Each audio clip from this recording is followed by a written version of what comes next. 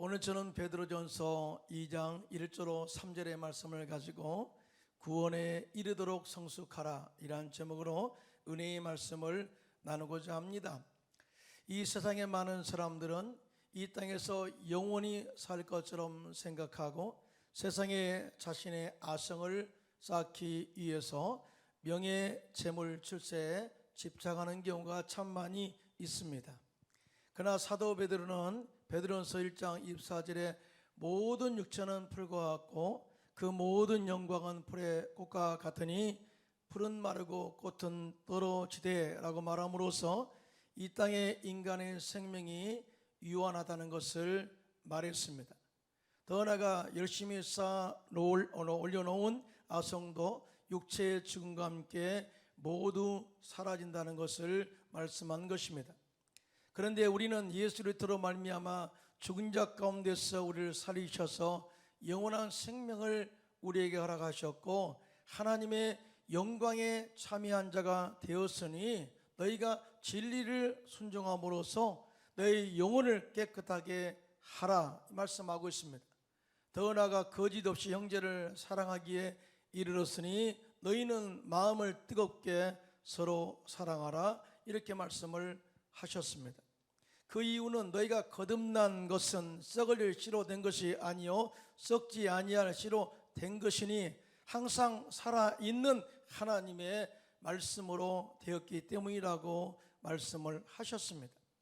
우리 안에 심겨진 구원의 생명의 씨앗은 싹이 나고 자라서 구원의 열매를 맺어야 됨에 대해서 말씀을 하고 있는데요, 신앙이 잘 자라다가 세상의 염려와 근심, 걱정 때문에 신앙이 자라지 못하고 요즘같이 코로나 환경 때문에 정말 염려, 근심하고 두려워하다가 시험 들어서 신앙의 중심이 흔들려 무너짐으로 말미암아 믿음을 포기한다면 그것은 어리석은 사람이다 라고 말한 것입니다.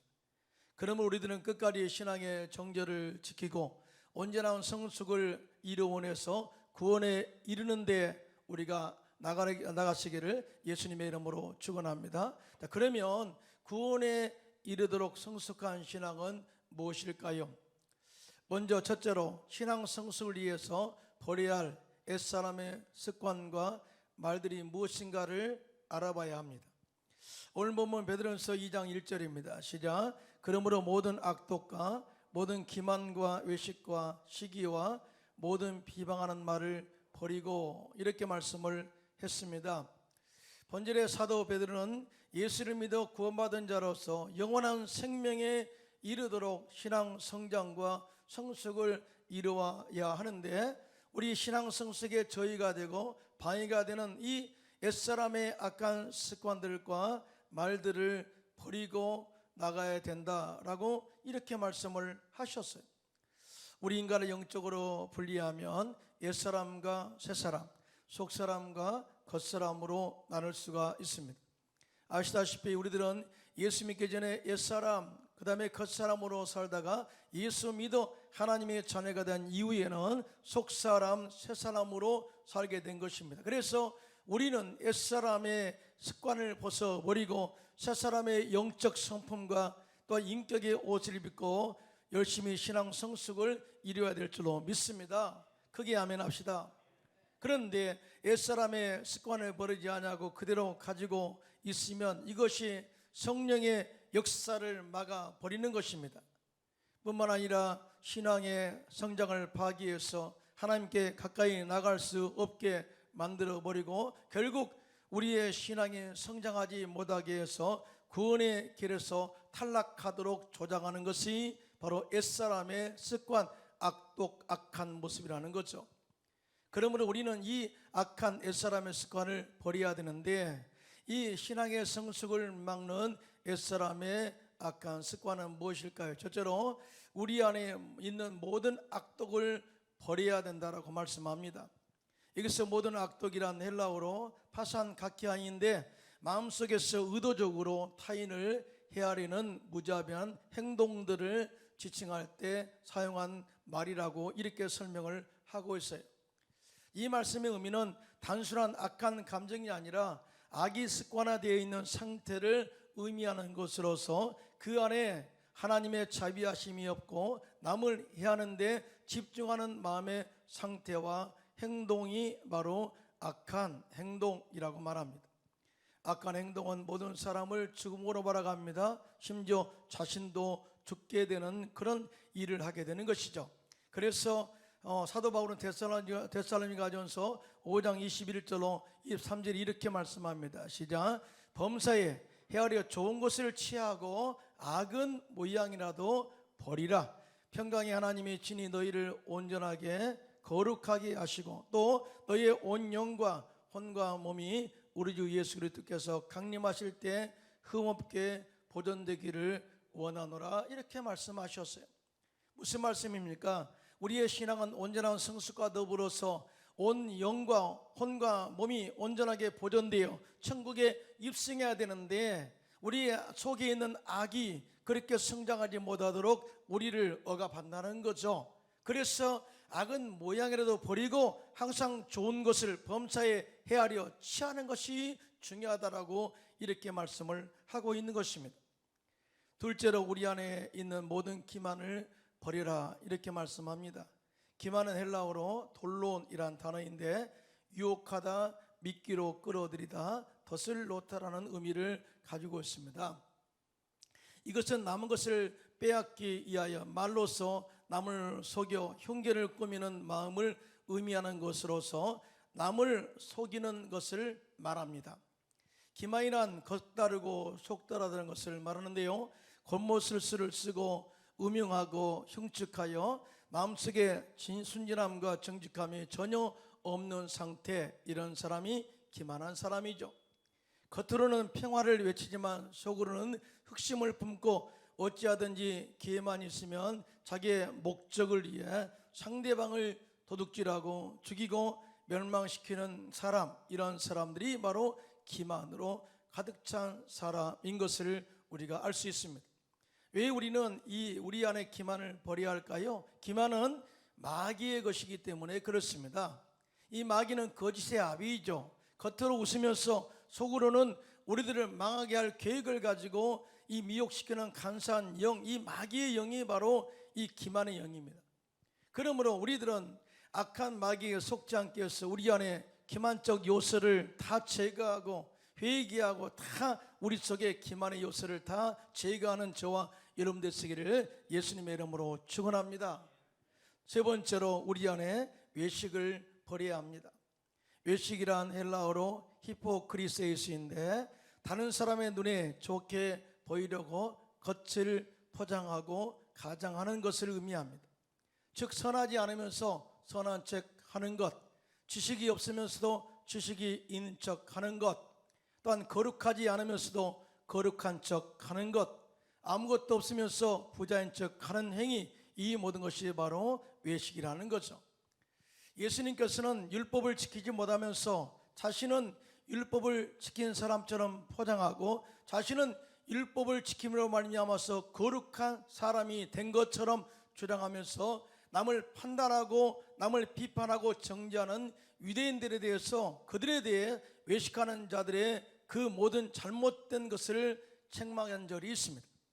마태복음 7장 3절 5절입니다. 시작. 어찌하여 형제의 눈속에 있는 티는 보고 내 눈속에 있는 들보는 깨닫지 못하느냐. 보라, 내 눈속에 들보가 있는데 어찌하여 형제에게 말하기를 나로 내 눈속에 있는 티를 빼게 하라 하겠느냐. 외식하는 자여, 먼저 내 눈속에서 들보를 빼어라. 그 후에야 밝히 보고 형제의 눈속에서 티를 빼려라고 말씀을 하고 있습니다. 다시 말해서 내 안에 들보가 있는데, 허물이 있는데 없는 것처럼 가정하는 것이 외식이고, 나는 거룩한 사람으로서 너를 판단할 능력이 있다고 착각하는 것이 외식이라는 것입니다. 사람은요, 그 안에 감추지 않는 순수함이 있을 때 하나님이 기뻐하십니다. 이런 사람을 하나님께서 사랑하시고, 외식하는 사람을 하나님이 가장 싫어하신다는 것을 우리가 알 수가 있습니다. 그러므로 우리는 그리스도인들은 하나님 앞과 사람 앞에서 모든 외식을 벗어버리고 순수하고 진실한 신앙생활을 함으로 말미암아서 하나님의 자녀로서의 삶을 밝히 나타내시기를 예수님의 이름으로 축원합니다. 넷째로 우리 안에 시기를 버려야 합니다. 시기는 헬라어로 푸도누스인데 남이 잘되는 것을 부러워하다 못해 배아파하는 것, 그 다음에 질투하고 미워하는 것, 이 모든 것이 바로 시기입니다. 성경에 가인이 아벨을 시기하여 미워함으로써 밭에서 일을 하다가 가인이 그 형제 아벨을 돌로 쳐 죽이는 첫 번째 살인 사건이 일어나게 되었습니다. 이 모든 출발이 바로 시기와 질투에서 시작됐다는 거죠. 요셉의 형들이 요셉이 그의 아버지 야곱에게 사랑받는 것을 시기하고 질투하고 미워하다가 결국 요셉을 죽이려고 음모를 꾸몄고 결국 종으로 팔게 되는 그런 결과를 초래하게 됩니다. 자, 이같이 이 시기는 악으로 모든 것을 다 종지부를 짓는다는 거죠. 성경의 끝까지 시기하고 악독을 품고 행동하다가 배가 망신한 인물이 있는데 바로 그는 사울왕입니다. 사울왕 첫 번째 왕인 이스라엘의 첫 번째 왕이었던 사울왕은 원래 겸손한 왕이었습니다. 정말 40년 통치 기간 동안에 하나님께서 그에게 엄청난 복을 주었죠. 보통 우리가 사울왕 그러면 짧은 시간 동안에 왕으로 끝난 것처럼 보이지만 그의 치세를 보면 하나님께서 그와 함께 하심으로 말미암아 무려 40년 동안 그 나라를 통치하게 했습니다. 그런데 다윗이 등장하면서 블레셋 거인 골리앗을 물리치다 대승리를 거두었을 때부터 문제가 생기게 되었습니다. 여러분, 블레셋과의 싸움에서 정말 두려워 쩔쩔매는 사울 그를 대신해서 나가 싸움으로 말미암아서 이 거인 골리앗을 물리쳤으면 할렐루야 하고 감사하고 다윗을 업고 춤춰야 되지 않겠습니까? 다 이 일로 말미암아서 사울이 미워하고 시기하기 시작합니다. 왜냐하면 이 다윗을 죽였을 때 사람들이 노래하기를 사울이 죽인 자는 천천히요 다윗이 죽인 자는 만만이라 하는 노래가 이 사울의 마음의 심기를 불편하게 만든 거예요. 그래서 그때부터 사울왕의 마음에 시기와 질투와 미움이 싹트기 시작해서 기회만 있으면 다윗을 죽이려고 군대를 동원하기까지 하였습니다. 여러분, 지도자가 잘못되어지면 백성들이 힘이 늘고 정말 고난을 받게 되고 군사들이 전쟁터에 나가서 싸워야 할 텐데 한 인간을 죽이기 위해서 이렇게 잘못 길로 인도되는 것을 보게 됩니다.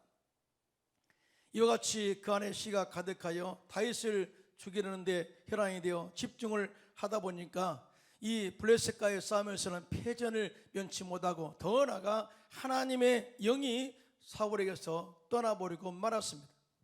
그리고 나니 하나님의 종 선지자 말씀이 귀에 들어오지 않습니다. 그래서 선지자 말을 무시하고 순종하지 않고 자기 멋대로 행동하기에 이르게 된 것입니다. 자, 이 정도 가면은 막가파가 된 거죠.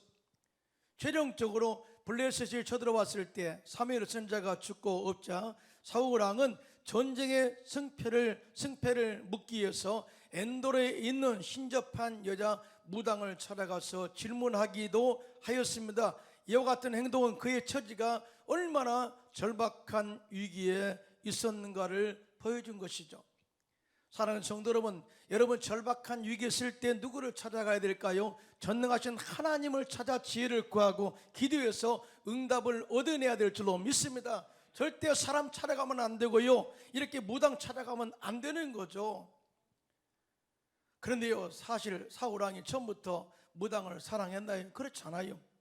성경에 보니까 사울왕이 처음 왕이 되었을 때 하나님이 가장 기뻐하시는 일을 행하였는데 그것은 바로 전국에 있는 신접한 자들과 무당 박수들을 제거한 사건입니다.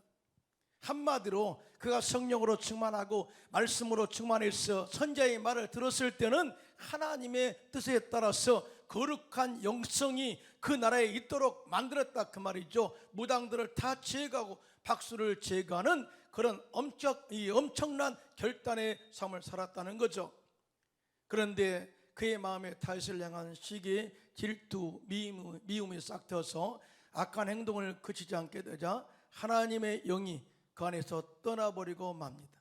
하나님이 떠나게 되면 허전하게 되죠. 외롭게 되죠. 정말 갈 바를 알지 못하게 되죠. 더 실적으로 영적 그런 절제를 하지 못하게 되고요, 영적 판단력을 잃어버리게 됩니다. 그래서 급기야는 전쟁에 내가 승패의 질문을 묻기 위해서 이 급기야는 무당을 찾아가 자신의 운명을 점쳐달라고 맡기는 처지에 이르게 된 것입니다. 여러분, 이 정도 가면 안 되죠. 그 후에 그는 블레셋과의 전투에서 비참한 죽음을 당하고 그의 가문은 거기에서 끝을 맺게 됩니다. 그런데 역대상 10장 13절로 14절에 보면 사울 왕이 죽게 된 이유를 정확하게 기록해 놓았어요. 함께 보겠습니다. 시작. 사울이 죽은 것은 야훼께 범죄하기 때문이라 그가 야훼의 말씀을 지키지 아니하고 또 신접한 자에게 가르치기를 청하고 야훼께 묻지 아니하였으므로 야훼께서 그를 죽이시고 그 나라를 이새의 아들 다윗에게 넘겨 주셨더라고 이렇게 말씀을 하셨습니다. 이와 같이 사울의 가문이 영원하지 못하고 중도에 하차한 원인은 그 안에서 싹든 작은 시기와 질투와 미움 때문이었음을 이렇게 밝혀주고 있는 것입니다. 이런 악독한 마음은 내가 다윗을 죽여야 나의 왕위가 경고에 설 수 있다는 탐욕으로 다가온 거예요. 여러분, 왕위는 하나님이 지켜주시고 경고하게 할 줄로 믿습니다. 절대 사람이 지킨다고 되는 게 아니거든요. 그런데 이렇게 다윗을 죽여야 내가 살 수 있고 내 왕위가 경고하게 선다는 탐욕이 다가와서 그 탐욕에 자라 죽음을 가져오게 됐다, 범죄하게 됐다, 이 말씀을 하고 있습니다. 그러므로 우리 안에서 자라는 시기와 탐욕을 결단하고 제거하시기를 예수님의 이름으로 축원합니다. 야고보서 1장 14절로 15절에 이렇게 말씀합니다. 시작. 욕심이 잉태한 즉 죄를 낳고 죄가 청승한 즉 사망을 낳는지라 내 사랑하는 형제들아 속지 마라 이렇게 말씀하셨습니다. 다섯 번째로 우리는 모든 비방하는 말을 버려야 합니다. 비방이란 헬라어로 카탈랄리아스인데 이 말은 상대방을 무고히 중상모략하거나 악한 말을 지어내어 거짓말로 남을 헐뜯고 끌어내리는 것을 말합니다. 이러한 속성은 타락한 옛사람의 속성이며 마귀와 연결된 속성이기 때문에 우리 마음에서 단호하게 제거해야 될 줄로 믿습니다. 사실은 시기와 비방하는 말은 함께 역사해요. 마치 잡초와 같아서 구원받은 우리의 속사람을 억눌러서 신앙이 자라지 못하도록 억제하는 역할을 하는 게 바로 시기와 비방입니다. 우리에게서 이러한 악독을 제거할 때 비로소 우리 자신도 살고 남도 살 수 있는 것입니다. 우리 속에 악독과 기만과 의식과 시기와 비방의 말을 버리지 않고 신앙 성숙을 바라는 것은 마치 독한 풀을 먹고 음식을 먹고도 건강하기를 바라는 것과 똑같은 것입니다. 그러므로 우리 안에 정말 이런 모든 악함을 버려야 되는데요, 사실은 우리 힘으로 되지 않아요. 성령과 말씀으로 충만할 때 이 모든 이 옛사람의 습관들은 다 우리 안에서 사라질 줄로 믿습니다. 거기 아멘 합시다. 여러분, 사도 바울이 얼마나 훌륭한 종이었습니까? 복음을 전해서 교회를 세우고 많은 병자를 고치고 심지어 죽은 자까지 살린 능력 있는 그런 사역자 아니었습니까? 그런데 그가 복음을 전파하고 예수님의 종으로서 사역할 때 항상 그 안에 있는 속사람과 또 이 겉사람이 유혹으로 다가와서 그 마음속에 항상 영적 전쟁을 하고 있음에 대해서 고백했어요. 내 속에는 선한 그런 일을 하고자 하는 이 속사람이 있는데 악으로 유혹하는 이 겉사람이 항상 나를 유혹한다. 그러면서 내가 스스로 이 모든 겉사람의 유혹을 이길 수가 없어서 오라 나는 공고한 사람이로다. 이 사망의 몸에서 누가 나를 건져내라. 이렇게 한탄했던 모습을 보지 않습니까? 그런데 그가 최종적으로 이 악한 마음을 제거하고 영원한 승리를 외친 그 메시지가 있는데 어제 생명의 성령의 법이 나를 죄와 사망의 몸에서 구원했다고 고백했습니다. 할렐루야. 크게 아멘 합시다. 로마서 8장 1절로 2절입니다. 시작. 그러므로 이제 그리스도 예수 안에 있는 자에게는 결코 정죄함이 없나니 이는 그리스도 예수 안에 있는 생명의 성령의 법이 죄와 사망의 법에서 너를 해방하였음이라 이렇게 말씀을 하고 있습니다.